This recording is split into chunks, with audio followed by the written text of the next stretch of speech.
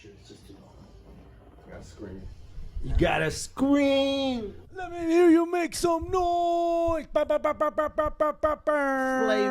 Flav. Welcome to Aaron Scene's After Party. I'm your man Aaron Scene, and we are inside and we are live from APOGEE Therapeutics here in Sunland Park, New Mexico on 420. And we got a stacked lineup, but before I tell you about that, make sure you follow APOGEE, Aaron Scene's After Party on Instagram. We're always doing giveaways, and of course, you can get 10% off at afterpartyinc.com when you use the code AFTERPARTY10. But right now, we got to get right into it. Shout out to our live audience over here. We got Little Jerry, a.k.a. I still call him U-Valid, by the way. Okay, I'm still call him you. I'm going to call him U-Valid. Okay, that's my little U-Valid right there.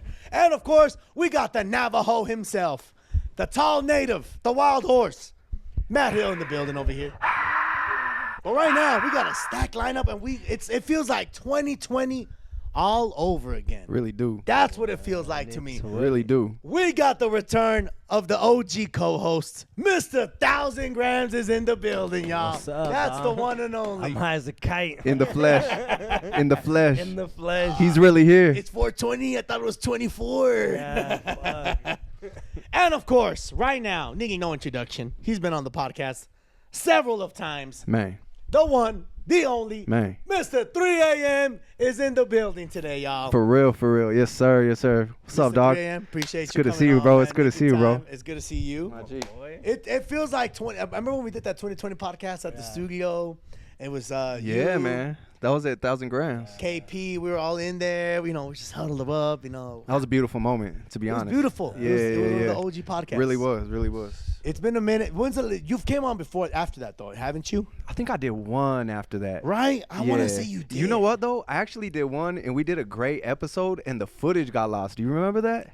Was it? It might have been Yeah, that we even one did. then. We even did some happened, we did some song lyrics, and it was Oh, a good episode, dog. It And the happened a lot of times. Yeah, the dude. footage got technical lost. fucking difficulties. The lost Jerry, tapes, bro. Do me a little favor. Make sure you can see all of us in frame real quick, please. But dude, it's good to have you on, man. I'm glad you came out here. Yeah, thanks for It's having been a me, minute. We have a lot to talk about. Where the fuck is my phone? Wait, Yes, wait, sir. Yes, sir. Hold on. Is that one right there? I don't even have my phone. on me. Brow, These brow. fucking shots are starting to kick my ass. Yeah. Yeah. It's a marathon Monday. It's 420, y'all. What can we do? What 420. can you do? 3 a.m. For everybody who might not know you, go ahead. The floor is yours. Introduce yourself.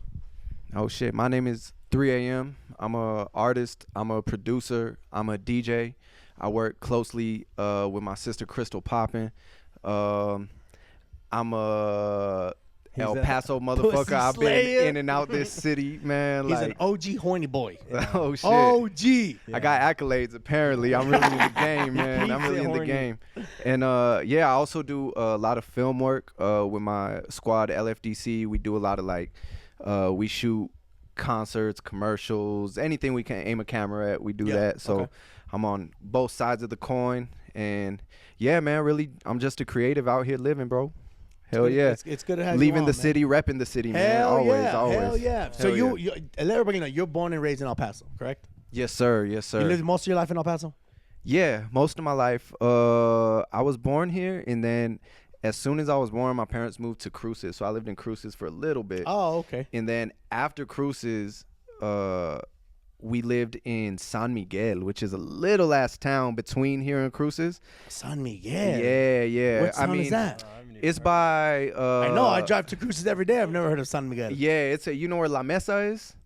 Yes. Or like I know La Chopez Mesa. Bar and all I that was about to stuff. say Yeah, Chopez. yeah, yeah. Yes. It's in the mix right there, Oh, dog. okay. So, yeah. Damn. Okay, But so you that were was me out and my there. mom solo in the middle of nowhere. It was kind of wild. My mom went Yeah. out for that. My mom actually pulled a shotgun on some motherfuckers when we lived Really? out there. Yeah, yeah, yeah. She told me the story. I Shout think out that's to crazy. Chopez one time. I love Chopez. Shout out to Chopez one Dude, time. Chop- That's a well-deserved shout out Yo, for real. Shout out Chopez one time. Really. If you Hell haven't yeah. gone to Chopez, dude, it's cheap. It's good. It's good food. It's real culture too of the area. It's real yeah, culture it's of the very, area. It's very like tied in with like the community it serves. Fuck Yeah, hell yeah. Okay, so you grew up here in El Paso. When did you start getting into music? I started did you know getting you had into the knack? music.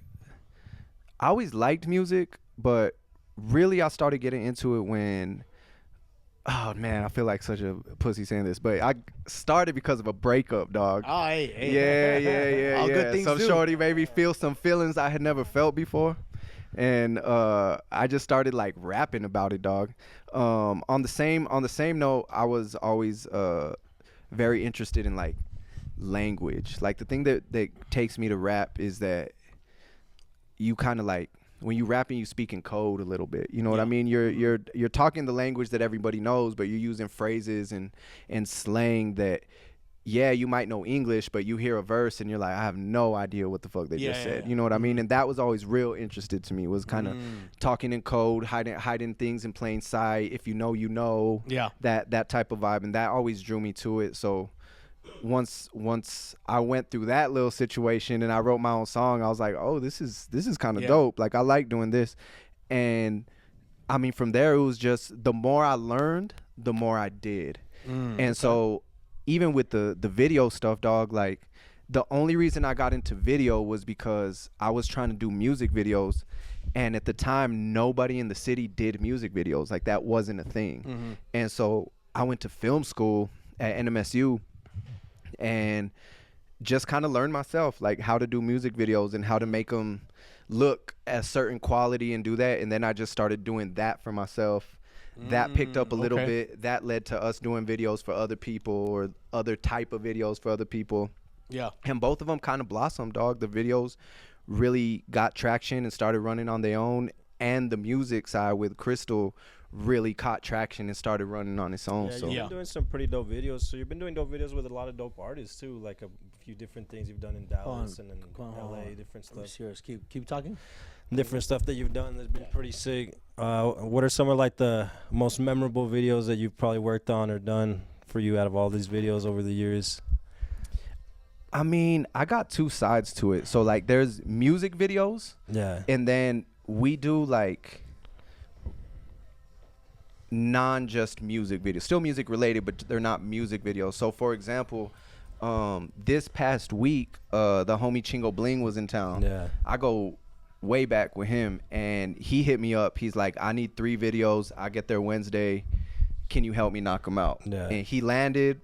I got together with the boy, and we went all around El Paso doing those videos where the mic hanging off the frame. Like he just kind of like the like raw a music video for himself. Yeah. So we did 3 of those in one night, just boom, moved around the city, and that was dope. So that's always cool when I get to work with an artist. But on the other side of things, we've been really doing some cool videos, man. Like, we work at Live Las Vegas. Oh, sick. And so our videos over there are with John Summit and Dom Dollar and Metro Boomin and like big real name artists, you know what I mean? And then those get posted by Live, so they're getting millions of eyes on them, you know what I mean? For sure. This year, me and the squad did a video that, I mean, I shouldn't call it a commercial that ran during the Olympics. Oh shit! So like real national TV during the Olympics. My grandpa watched it. You know what I mean? It was pretty crazy. So some of the videos are really at that level. You know what I mean? Nah, actually, these were for a promo for Adidas, bro. Oh my God, these fools are so crazy, dog. Adidas. These fools are so crazy. They're in LA. Okay. And they were doing something for the World Cup, and so like, do you know what an activation is? No. Every time you go to a music festival and a brand has their booth, whether it's like Tito's or it's Champion Sports or whatever brand it may be, that little booth is called the activation. And so there's different sizes. There's like one where it's just like a table and a tent, and then they can get as big as you want them to, you know? So this Adidas one was a World Cup activation, and they simulated a traffic jam, bro. They closed off a street in downtown LA and then parked cars in formation of a traffic jam. There was like a semi truck in the middle with a flatbed. That was the stage. Yeah. And each car had like a pot of clothing inside it. So like a shirt, a bottom, some shoes, a cap. And people could walk around, look in the car, and see the new clothes that was coming out. At the same time, Baby Keem's hopping on the back of the truck, performing on top of there. They had lights rigged up, like on the bridge, on the overpass. Oh shit! It was crazy, and where was this again? Bro. Where? Yeah, that was in downtown LA. What the? And what was it for? Just cause, or like? It was Adidas unveiling merch for the World Cup. Oh shit! Yeah. How long was that?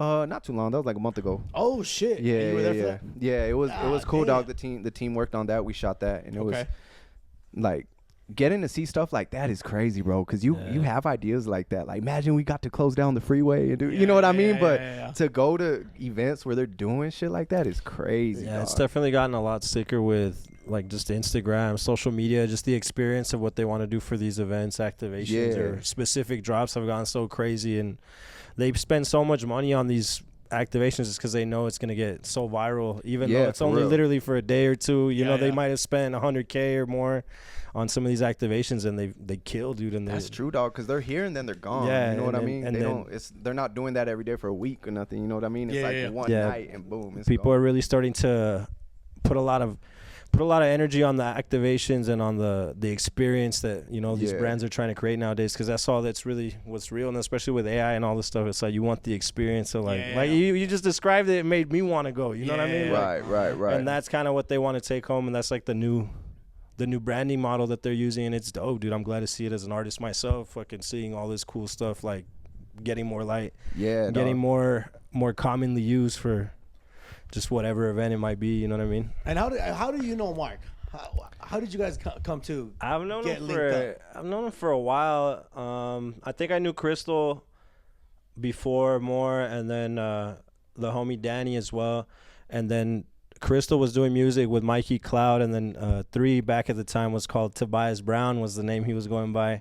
Tobias. Way back. Yeah, way back. Throwback. So they used to perform together, and I went to a few of their shows, and that's actually how I met him. It was super cool, down ass cat, super talented, and then just from there we just, you know, hit it off as close homies and just hanging out and kicking it and stuff like that. The first time I remember kicking it with you, dog, was at a photo shoot for 1,000 Grams. Yeah.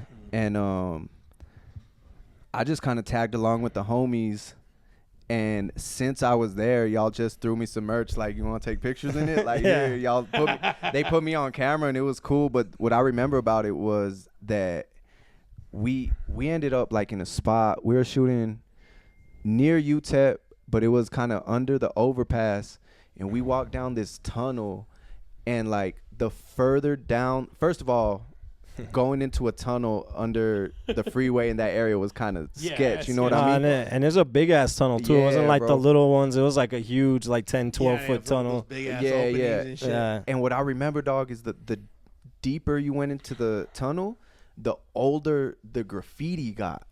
And that shit was so tight to me, dog. It was like walking through a graffiti museum, bro. Seeing what's hieroglyphics? Hieroglyphics. Hieroglyphics. It was like that, bro, because taggers would sign the year on it. So you're walking through, and all of a sudden you see like a tag that's been untouched. It say like 1984. And there you go further, and there's some shit from like 1980. And it's like the further back you went, like less people went and fucked with it. You know what I mean? So there was stuff at the back that was just like untouched. Who knows who's ever seen it? You know what I mean? It felt like I was seeing like El Paso graffiti history. That spot was dope, dog. How long was this?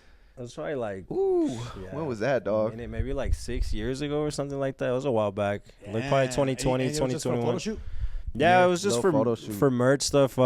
We didn't even take pictures in the tunnel because it was all dark and shit. Surprisingly, El Paso has some pretty dope gems like that. That was some silos that they actually tore down already. They used to be kind of like, if you went from Executive down to Doniphan or to, what is it, Paisano, I think. There was a bunch of silos, like old abandoned silos, and they ended up tearing them down. But super dope, like rural industrial stuff.